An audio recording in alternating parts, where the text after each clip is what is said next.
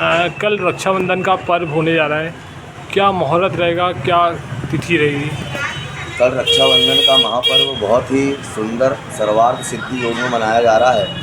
कल सूर्य उदय की पावन वेला में पूर्णिमा तिथि होगी, जो संपूर्ण दिन रक्षाबंधन मनाया जाएगा।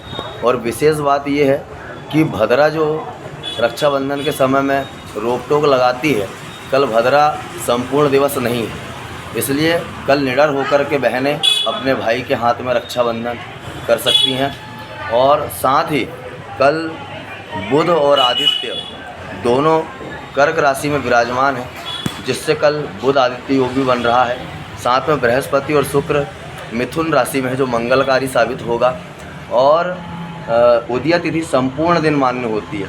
इस प्रकार बहनें संपूर्ण दिवस निडर होकर के अपने भाई को तिलक लगा करके आरती उतार करके उनको रक्षा सूत्र बांध सकती है। तो ये रक्षाबंधन के पीछे क्या कहानी चर्चित है, क्या पौराणिक कथा है? रक्षाबंधन के पीछे दो कहानी चर्चित है, जिसमें मैं आपको शॉर्ट में बताता हूँ कि जब राज्यसभा में शिशुपाल भगवान कृष्ण को अपशब्द कह रहे थे, उस समय 100 गलती जैसी हुई तो भगवान कृष्ण के उंगली से सुदर्शन निकला, और वो सुदर्शन निकलने के कारण शिशुपाल का तो वध हो गया, लेकिन भगवान की उंगली कट गई।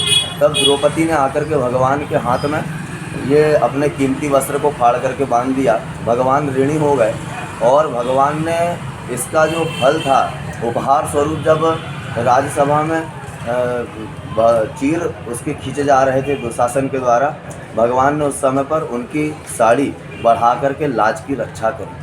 ये भाई उपहार देता है। उस दिन श्रावण का महीना शुक्ल पक्ष की पूर्णिमा तिथि थी।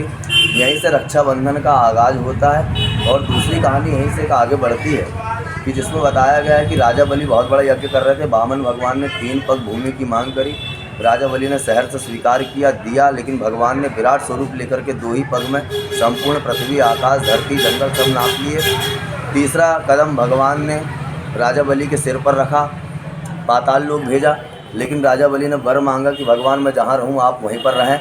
भगवान तैयार हो गए, भगवान पाताल में रहने लगे। इधर माँ बैकुंठ में क्षीर सागर में चिंतित होने लगी। नारद जी ने बताया कि आप भेष बदल करके राजा बलि के पास जाओ, आज रक्षाबंधन का दिन है, वहाँ जाकर के आप राजा बलि को राखी बांधो। तो इन्होंने भेष बदल करके रोने लगी।